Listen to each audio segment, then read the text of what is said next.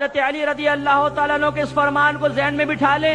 فرمایا دنیا کے سارے لوگ سو رہے ہیں، یہ جاگیں گے اس وقت جب انہیں موت آئے گی. پھر کیا فائدہ ہوگا میرے پیارے بھائیوں؟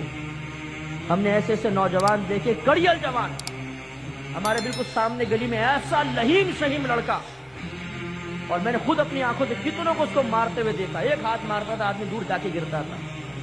صرف 3 دن بخار آیا، صرف 3 دن، اور اس کا لاشا سامنے پڑا ہوا. وہ لمبا چوڑا بے بس تھا. ایک بزرگ نے فرمایا میں تمہیں اپنی بے بسی کا لمحہ نہ بتاؤں؟ لوگوں نے کہا بتائیے. فرمایا اس وقت جب میرے چاہنے والے مجھے قبر میں تنہا چھوڑ کر واپس آ جائیں گے. بڑی بے بسی کا لمحہ ہوگا. وہ تو بزرگ تھے، عاجزی فرما رہے تھے.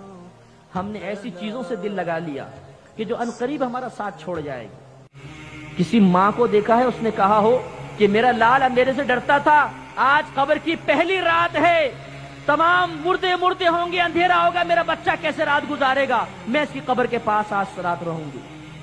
کوئی ماں ایسی نہیں ملے گی، کوئی باپ قبر میں اترے گا، کوئی آپ کا جگری یار قبر میں آپ کی جگہ نہیں جائے گا یا آپ کے ساتھ نہیں جائے گا. سب مٹی ڈال کے اچھا جی السلام علیکم، ختم. کچھ عرصے بعد بھول بھال جائیں گے. اس لیے تھوڑی سی توجہ میرے نوجوان بھائیوں، اپنی جوانی کو ضائع مت کریں، نیک عمل کی طرف آئیے، مضبوط بن جائیے، مرد بن جائیے. مرد وہ نہیں ہے جو کسی کو پچھاڑ دے. یہ کام تو طاقتور عورت بھی کر سکتی ہے. ایک گدھے کے پیچھے کھڑے ہو جائیں، ایسے دلتی مارے گا، دور جا کے گریں گے. گدھا بھی یہ کام کر سکتا ہے. یہ کوئی کمال نہیں ہے.